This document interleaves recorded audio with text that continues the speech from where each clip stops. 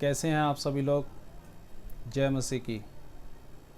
मेरा नाम अरविंद कुमार है और मुझे आशा है कि आप सब लोग ठीक होंगे।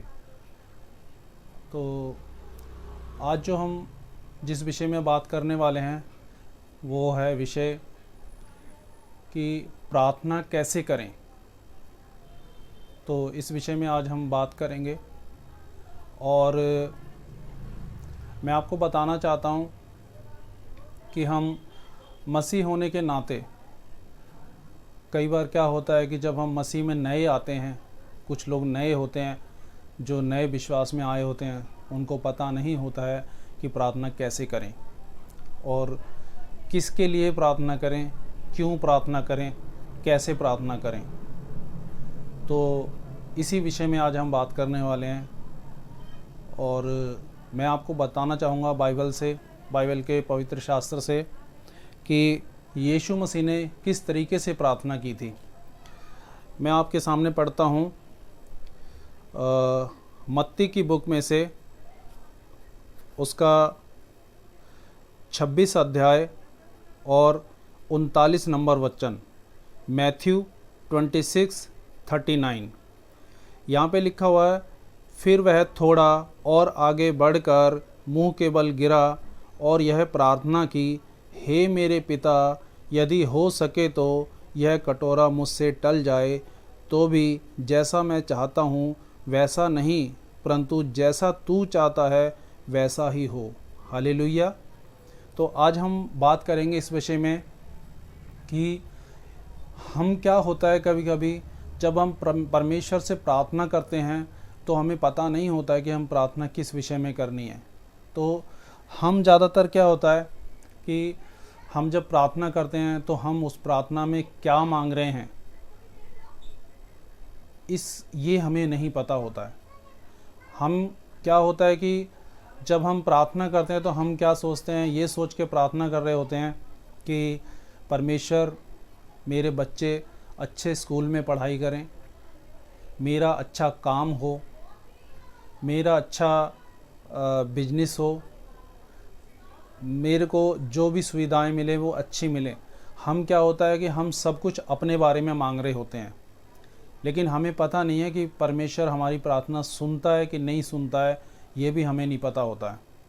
हमें प्रार्थना अपनी इच्छाओं को पूरा करने के लिए नहीं करनी है, हमें ये जानने की कोशिश करना है कि परमेश्वर हमसे क्या चाहता है, परमेश्वर की इच्छा हमारे जीवन में क्या है, ये जानने की कोशिश हमें करनी है।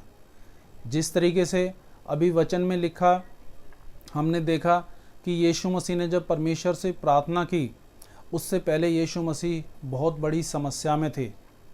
उनको अच्छे से पता था कि वो क्रूस पे चढ़ाए जाने वाले हैं। क्रूस का वो दर्द जो उनको सहना था, वो क्रूस की मृत्यु जो उनको सहनी थी, वो उन्हें बहुत अच्छे से पता था कि मेरे साथ में ये चीज़ें होने वाली हैं।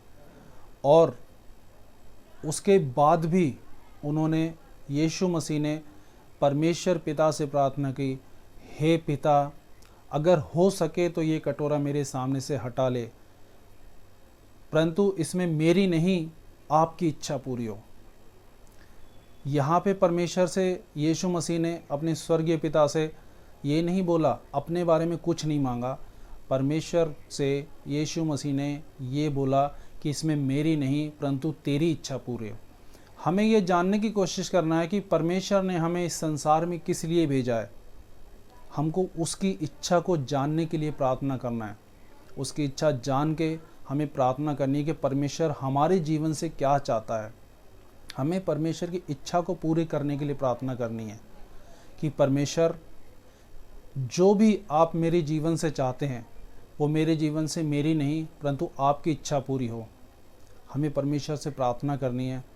परमेश्वर, हाँ, हमें पता है कि हमारे जीवन में बहुत सारी समस्याएं आती हैं, हमारे बहुत सारे स्ट्रगल्स होते हैं जो हमें आते हैं, और कई बार ऐसा होता है कि हमारे को बहुत ज़्यादा परेशानी भी आ जाती है, तो हम उस समय भी परमेश्वर से प्रार्थना करते हैं। हाँ, परमेश्वर हमारा परमेश्वर है, हमारा जीवित परमेश्वर है, वो हमारी प्रार्थनाओं को ज़रूर सुनेगा।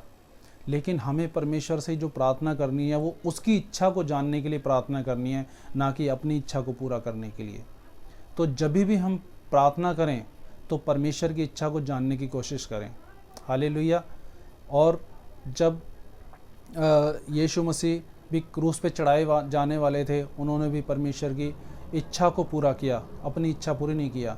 यीशु मसीह जब संसार में आए तो वो परमेश्वर की इच्छा को पूरा करने के लिए आए थे, अपनी इच्छा पूरी करने के लिए नहीं आए थे। वो सर्वशक्तिमान परमेश्वर थे, वो चाहते तो वो क्रूस पे वो लोग उनको नहीं चढ़ा पाते, लेकिन परमेश्वर की इच्छा थी कि यीशु मसीह क्रूस पे चढ़ें, इसलिए यीशु मसीह ने अपने आप को क्रूस पे बलिदान कर दिया। तो हमें इस वचन से ये सीखना है मेरे भाइयों और बहनों कि हमें जब भी हम प्रार्थना करें तो परमेश्वर की इच्छा को पूरा करने के लिए प्रार्थना करें। हालेलुया। जय मसीह की।